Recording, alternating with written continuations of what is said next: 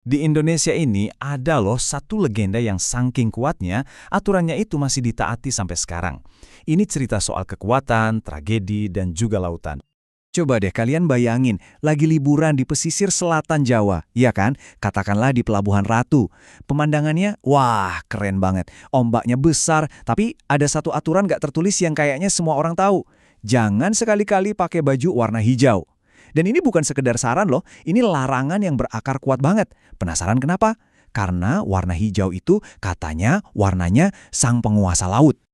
Dan larangan ini tuh bukan cuma tahayul iseng ya. Ini lebih ke bentuk penghormatan. Dan jujur aja, mungkin ada sedikit rasa takut juga sama sosok gaib yang kerajaannya konon ada di bawah ombak Samudra Hindia yang super ganas itu. Dan sosok yang kita bicarakan ini tentu saja Nyi Roro Kidul.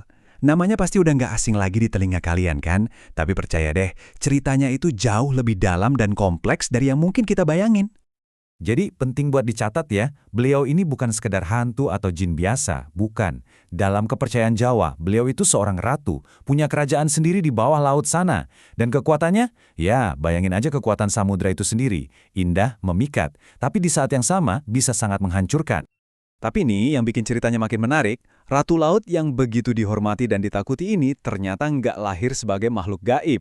Kisahnya itu dimulai sebagai manusia biasa loh, dan dimulai dengan sebuah tragedi yang pilu banget. Jauh sebelum dikenal sebagai Nyi Roro Kidul, namanya adalah Dewi Kandita, seorang putri dari kerajaan Pajajaran. Kabarnya, kecantikannya itu luar biasa, melegenda banget sampai-sampai bikin banyak orang di istana jadi iri hati. Nah, disinilah ceritanya jadi gelap.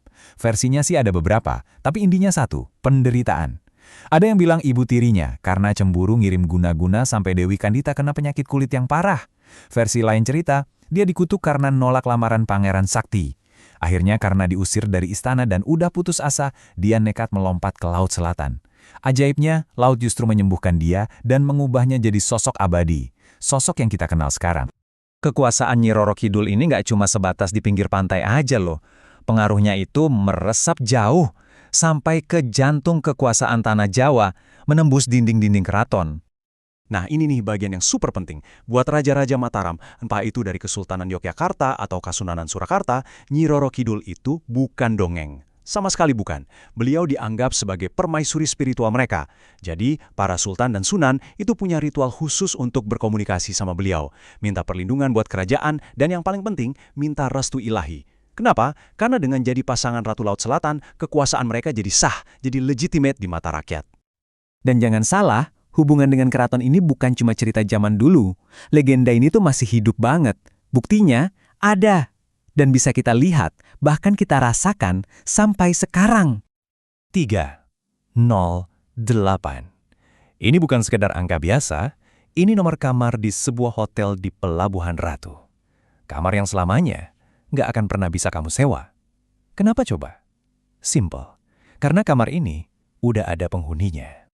Yap, kamar 308 di Grand Ina Samudra Beach.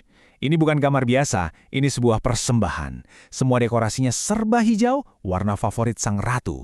Kalau masuk ke sana, katanya sih selalu wangi bunga melati dan sedap malam. Dan selalu ada sesajen dari orang-orang yang datang buat meditasi atau minta berkah. Ini bukti fisik paling nyata kalau Nyi Roro Kidul itu masih dihormati banget sampai sekarang. Dan ini yang bikin makin kaget. Keberadaan kamar ini tuh nyambung sama sejarah modern Indonesia loh. Menurut Abah Zainal, seorang pemandu di sana, kamar ini dibangun atas perintah siapa? Presiden Soekarno. Katanya sih, ini bagian dari janji beliau setelah diyakini bertemu dengan sang ratu di sebuah karang yang namanya Karang Kursi. Pelabuhan Ratu sendiri juga udah berubah banget. Dulu zaman Belanda, cuma teluk perdagangan biasa. Terus di era Bung Karno, jadi tempat peristirahatan penting. Sekarang, jadi salah satu tujuan wisata utama.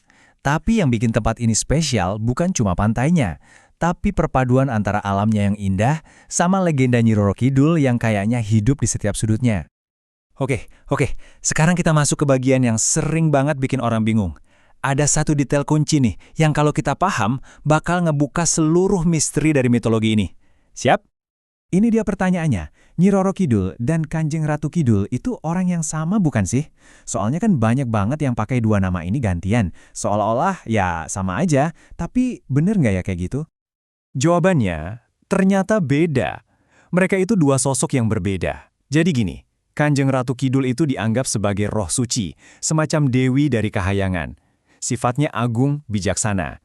Beliau inilah Ratu Laut Selatan yang sebenarnya. Nah, kalau Nyi Roro Kidul, yang dulunya Putri Dewi Kandita itu, perannya adalah sebagai patih atau panglima kepercayaannya. Yang paling kuat, yang tugasnya menjaga Laut Selatan. Biar gampang, bayangin aja gini. Kanjeng Ratu Kidul itu ratu utamanya, yang tenang dan berkuasa di singgasananya. Sementara Nyi Roro Kidul itu panglimanya, manifestasi dari kekuatan laut yang lebih sering berinteraksi sama dunia manusia, lengkap dengan kekuatan dan kadang amarahnya. Pada akhirnya, legenda ini ngajarin kita sesuatu yang luar biasa kan? Bahwa sebuah cerita itu bisa lebih dari sekedar cerita.